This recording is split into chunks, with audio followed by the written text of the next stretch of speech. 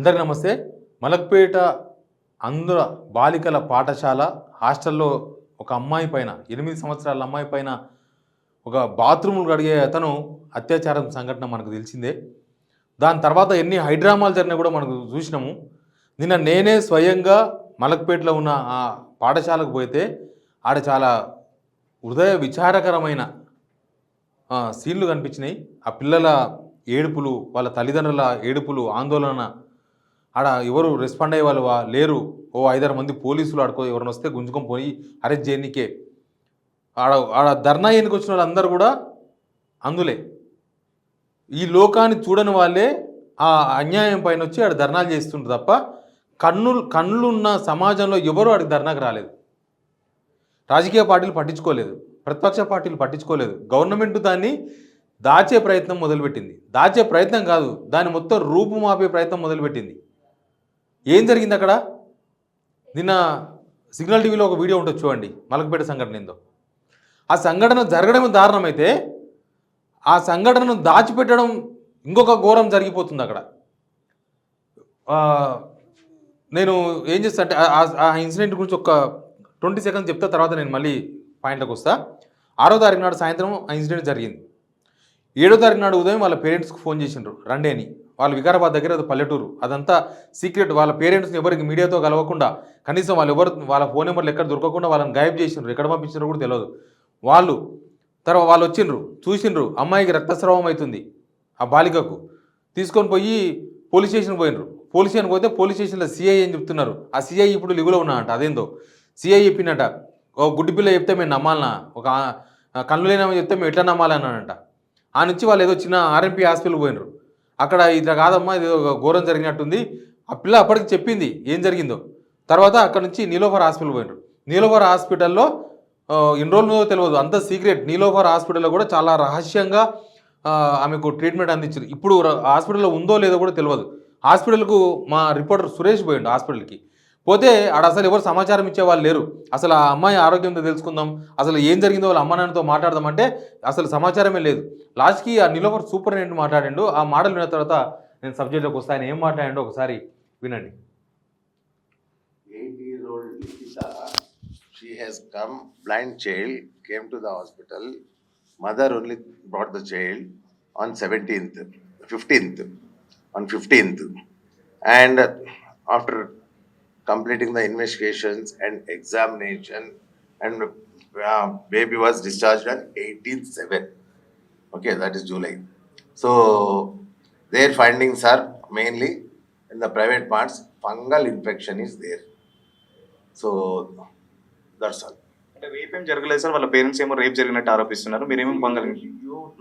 That's what I am telling. Whatever the findings the doctors has given, I am giving it to you. It is the other person's, police or other person's court to establish whether those things are happened or not. Here only in the medical examination, the private parts has been examined by the 2-3 doctors, team of doctors, and they have confirmed there is only fungal infection is there. Okay? See, it is patient discharged. That means stable. Once the patient is stable only, we can discharge the patient. Yeah. ఇప్పుడు చెప్తాం ఏంది. Niloufer superintendent Ramesh గారు మాట్లాడుతున్నది ఏంటంటే అసలు అత్యాచారమే జరగలేదు అమ్మాయి పైన. కేవలం ఫంగస్, ప్రైవేట్ పార్ట్లో ఫంగస్ వల్ల హాస్పిటల్ 15th రోజు వచ్చిండ్రు, 17th రోజు అక్కడి నుంచి డిశ్చార్జ్ అయ్యారు నీలోఫర్ నుంచి అనేది డాక్టర్ గారు చెప్పిండ్రు. ఆయన చికిత్స అందించినట్టు ఆయననే. అయితే సరే ఏమీ జరగలేదు, ఓకే, అంత మంచిదే.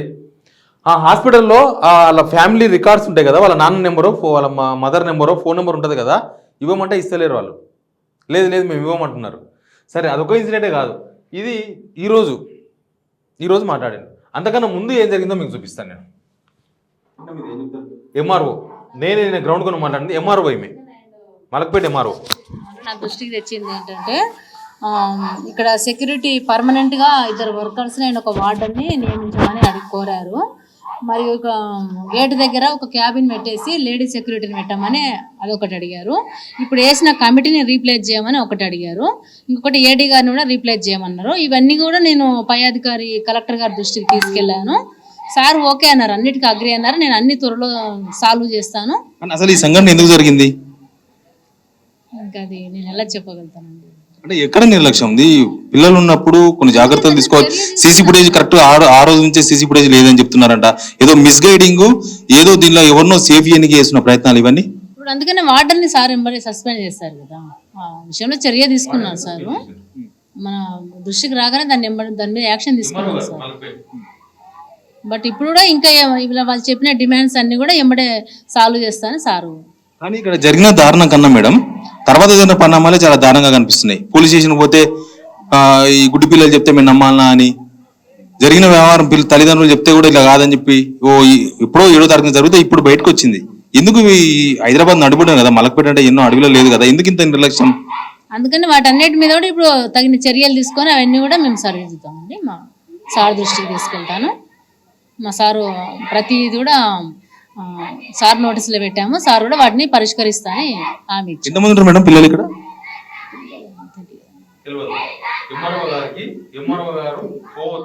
వస్తారా ఎప్పుడన్నా చూడడానికి? వస్తారా ఇక్కడ పర్యవేక్షణకు వస్తారా? కానీ పిల్లలు ఎంతమంది అని అడగలేదు.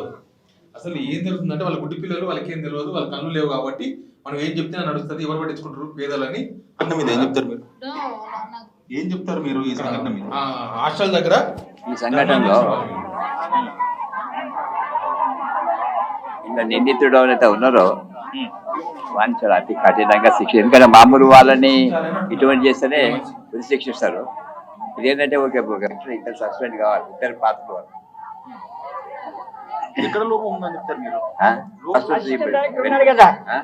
రాజేందర్ అంత వాడు ప్లస్ వాడని చిరంజీవి, తర్వాత ఈ సిస్టర్ మన డైరెక్టర్ శైలజ, వీళ్ళ లోపం అది. ఎందుకు ఇన్ని రోజులకు ఈ సంఘటన బయటికి రాలేదు? హైదరాబాద్ నడిపోతాను, మలక్పేట అంటే ఎక్కడ అడవిలో లేదు కదా. అది ఎట్లా బయటికి రాకుండా కొంచెం దాచిపెట్టారు, ఎందుకో మరి అర్థం కాలేదు. మాకు కూడా ఆలస్యంగా వెలుగులోకి వచ్చింది. ఆల్రెడీ ఆ జడ్జి వచ్చింది కదా ఇంతకుముందు.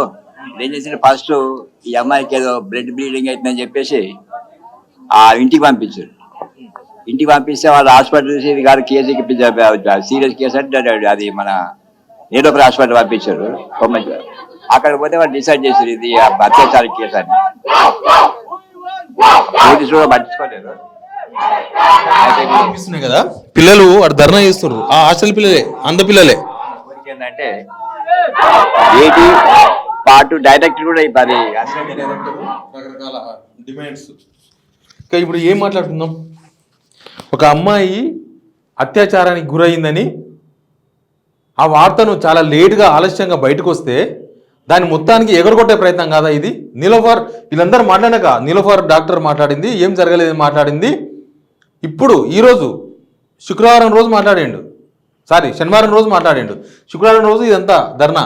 అందుకన్నా ముందు 3-4 రోజులు కలిసి ధర్నాలు అవుతున్నాయి ఆడ. సరే ఏమీ జరగలేదు అనుకుందాం, ఆ రమేష్ గారు చెప్పినట్టుగానే ఏమీ జరగలేదు, నీలోఫర్ డాక్టర్ చెప్పినట్టుగానే ఏమీ జరగకపోతే ఇవన్నీ ఎందుకు జరిగినాయి? ఇక్కడ ఏమవుతుందంటే ఫస్ట్ నుంచి దీన్ని దాచే ప్రయత్నం ఒకటి నడుస్తుంది. ఎవరు పట్టించుకోరులే, ఏముంటారులే అని, ఎవరు పనులు బిజీగా ఉన్నారు. ఒక పిల్ల మీద అత్యాచారం జరిగితే ఎవరు పడుతున్న వాళ్ళు లేరు.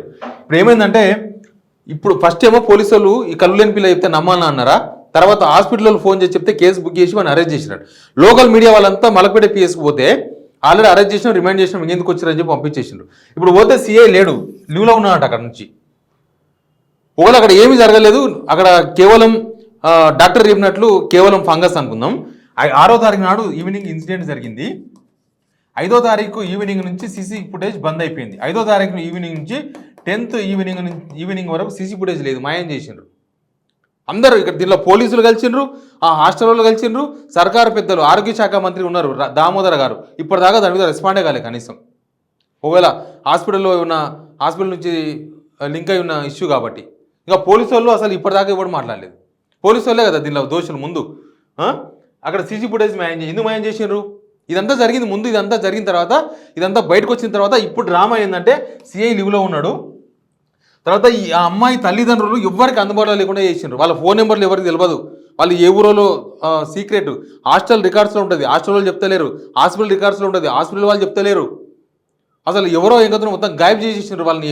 సరే ఏం చేసినారో తెలియదు కానీ కనిపించకుండా చేసిండ్రు. వాళ్ళ తరఫున మాట్లాడే వాళ్ళు ఎవరు కనిపించకుండా పోయినారు. తర్వాత నీలోఫర్ హాస్పిటల్లో డ్రామా ఇందాక మనం చూసినాం కదా.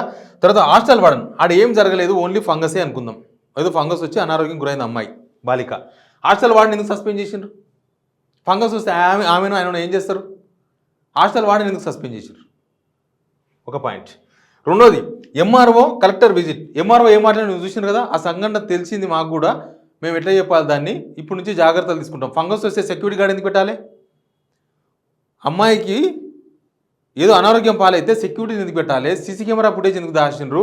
ఎంఆర్ఓ మాట్లాడి తిన్నారు కదా, ఆ హాస్టల్లో ఎంతమంది అమ్మాయిలు ఉన్నారో తెలియదు, కానీ మిగతా విషయాలు ఆమె మాట్లాడింది. కలెక్టర్ కూడా విజిట్ చేసిండ్రు శుక్రవారం రోజు సాయంత్రం. ఎందుకు కలెక్టర్ ఎందుకు విజిట్ చేయాలి? ప్లస్ ఈ కేసులో ఆయన అరెస్ట్ చేసిరంట నిందితుని. వాళ్ళు చెప్తారు కదా, కూర్చున్న వాళ్ళు చెప్తారు కదా నిన్ను అరెస్ట్ చేసిరని. ఇంకోటి ఏంటంటే ఇదంతా గొడవ అవుతుందని చెప్పేసి వారం రోజులు హాస్టల్ మూసేసిండ్రు. అందరు తల్లిదండ్రులకు ఫోన్ చేసి మీ పిల్లల్ని తీసుకుపోరంటే వాళ్ళందరూ వచ్చి వాళ్ళ పిల్లల్ని తీసుకొని వెళ్ళిపోయారు. ఇక దీనిలో నేను ఎవరిని తప్పట్టాలి, నేను ఏమని మాట్లాడాలి? సమాజాన్ని స్పందించిన సమాజాన్ని తప్పట్టాలనా, ఓవర్గా రియాక్ట్ అయిన పోలీసులను చూసుకోవాలనా, ఇక్కడ డాక్టర్ అట్లా మాట్లాడుతున్నాడు నీలోఫర్ డాక్టర్ ఆయన మాట్లాడాలనా, అసలు ఇది ఏవి విషయం బయటికి రావద్దని చేసిన సర్కారును తప్పుపట్టాలనా? ఇక రేపు ఏం జరిగినా ఇంతేనా? ఇంకా సర్కారు చేతిలో ఉంటే ఏవి విషయాలు బయటికి రావా? కనీసం ఇష్యూ మీద ప్రతిపక్షాలైనా బాధ్యతగా రెస్పాండ్ కావాలి కదా. ప్రతిపక్షాలు మాకు సంబంధం లేదన్నట్టు, వాళ్ళు ఎవరో పిల్లలు మాకేం సంబంధం అన్నట్టు, అది తెలంగాణలో జరగనట్టు, మలక్పేట ఈడుంది ఇక కొట్టుకుంటున్నారు అసెంబ్లీలో. ఈ నుంచి కరెక్ట్గా పోతే 5 నిమిషాలు వాళ్ళ కారులో పెద్ద పెద్ద కార్లు ఉంటాయి వాళ్ళకు. ఎవ్వరు పట్టించుకుంటలేరు ఇష్యూ గురించి. ఇష్యూ మొత్తం హైడ్రామా చేసిండ్రు మొత్తం. ఇంకా మీరే రెస్పాండ్ కండి, మీ ఇష్టం. Please subscribe signal TV.